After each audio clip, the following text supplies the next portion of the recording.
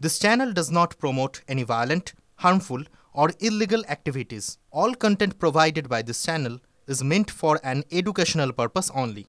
আরও একবার আপনাদের জানাই আজকের অন্যতম বড় খবর, আদালতে হাজিরা দিতে গিয়ে বিক্ষোভের মুখে পড়েন নিশীথ প্রামাণিক। ছবি দেখাবো আপনাদের। আদালতে হাজিরা দিতে গিয়ে দিনহাটায় এই ঘটনা ঘটেছে। নিশীথ প্রামাণিকের গাড়ি ঘিরে ধরে সেখানে বিক্ষোভ দেখান তৃণমূল কংগ্রেসের কর্মী সমর্থকরা। এমনটাই অভিযোগ, গো ব্যাক স্লোগানও দেন তারা। ঠিক কি হয়েছিল ওই সময়, এখন জেলা নেতৃত্বের কি বক্তব্য, সবটাই জানবো। সুমন কল্যাণ ভদ্র আমাদের সঙ্গে রয়েছেন, আমাদের প্রতিনিধি জানাবেন। সুমন, দেখো 2018 সালের একটা মামলা, সেই মামলায় হাজিরা দিতে এসেছিলেন নিশীথ প্রামাণিক দিনহাটা আদালতে। সেখানেই কিন্তু তার গাড়ি ধরে বিক্ষোভ দেখানো হয়, কালো পতাকা দেখানো হয়। অভিযোগ আরো আছে যে তার গাড়ি লক্ষ্য করে পাথর ছোড়া হয়েছে, যেটা অভিযোগ করেছে বিজেপি। কিন্তু তৃণমূলের যেটা বক্তব্য, কিছুক্ষণ আগেই তুমি উদয়ন বাবুর সাথে কথা বলছিলে, উদয়ন বাবুরা যেটা স্পষ্ট বলছেন, বাংলার মানুষ, বিশেষ করে কোচবিহারের মানুষ বাংলার বাইরে গিয়ে আক্রান্ত হচ্ছে এবং তার জেরেই এখানে বিজেপি নেতা কর্মীদের উপর কিন্তু এইরকম ভাবে ক্ষোভে ফেটে পড়ছে সেখানকার মানুষ। এরা সাধারণ মানুষও আছে, তৃণমূল কংগ্রেসও আছে, তার বক্তব্য স্পষ্ট।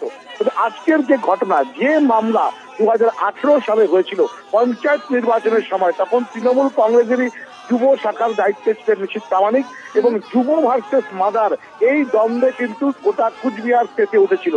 সেই সময়কার একটা মামলা, আজকে তিনি হাজিরা দিতে গিয়েছেন এবং তার বিরুদ্ধে খুনের চক্রান্তকারী হিসেবে তাকে তুলে ধরা হয়েছে এই মামলায় এবং সেই মামলারই তিনি কিন্তু আজকে আদালতে এসেছিলেন।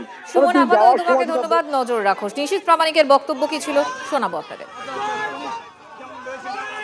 2018 সালের একটা কেস এবং এখানে যে ধারা দেওয়া হয়েছে বা অবজেকশন করা হয়েছে যে পলিটিক্যাল কনস্পিরেসি, মানে কোনো যে ঘটনাটা ঘটেছে তার পেছনে কারা চক্রান্তকারী। ভারতবর্ষে এই ধারায় এখন পর্যন্ত কেউ সাজা পায়নি এবং কারোর কোনো রকমের সাজা হয়নি। সো এই কেসটাও একটা ফেক কেস সম্পূর্ণ।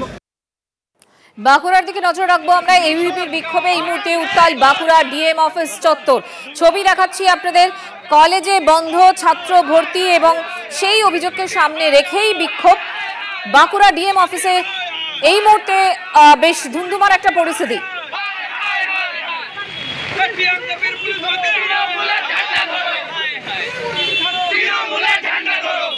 এবিভিপির বিক্ষোভে উত্তাল বাঁকুড়া ডিএম অফিস চত্বর। কলেজে বন্ধ, ছাত্র ভর্তি, প্রতিবাদে এবিভিপি। বাঁকুড়া ডিএম অফিস চত্বরের ছবি দেখাচ্ছি আপনাদের।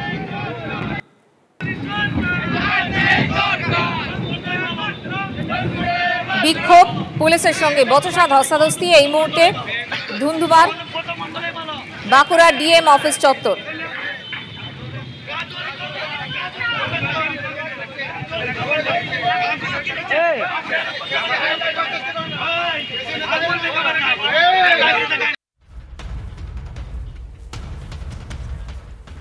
দক্ষিণবঙ্গের আকাশে ফের দুর্যোগের ঘনঘটা। ঘূর্ণাবর্ত অক্ষরেখার জোটে প্রবল বৃষ্টি। কলকাতা সহ দক্ষিণবঙ্গে প্রবল বৃষ্টিতে জলের তলায় কলকাতার একাধিক এলাকা। দক্ষিণবঙ্গের 2 জেলায় কমলা সতর্কতা জারি। দক্ষিণ 24 পরগনা, পূর্ব বর্ধমানে অতি ভারী বৃষ্টি। কাল বাঁকুড়া, পুরুলিয়া, পশ্চিম মেদিনীপুরে অতি ভারী বৃষ্টির সতর্কতা। ছবি দেখাচ্ছি এই মুহূর্তে পার্ক সার্কাস এবং ইএম বাইপাসের এই মুহূর্তের ছবি। ঘূর্ণাবর্ত অক্ষরেখায় কলকাতায় প্রবল বৃষ্টি। ইতিমধ্যেই জলমগ্ন বেশ কিছু রাস্তা।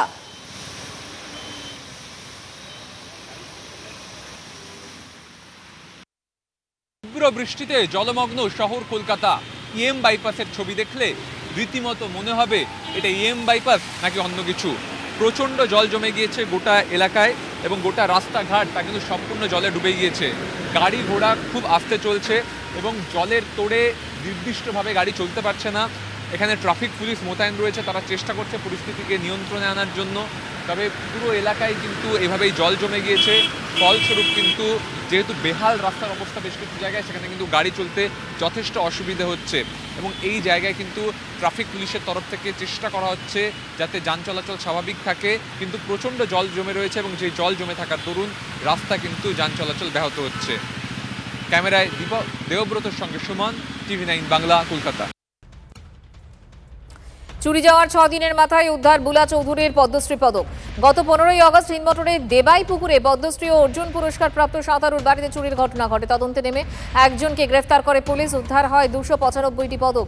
তবে সে সময় উদ্ধার করা যায়নি চুরি যাওয়া পদ্মশ্রী পদক। বাকি পদক উদ্ধারে তদন্ত জারি রাখে উত্তরপাড়া থানার পুলিশ। গ্রেফতার করা হয় শেখ শামীম, মোহাম্মদ চাঁদ নামে দুজনকে। শেখ শামীমই মূল অভিযুক্ত অনুমান পুলিশের। ধৃতদের কাছ থেকে উদ্ধার পদ্মশ্রী সহ আরও 13টি পদক।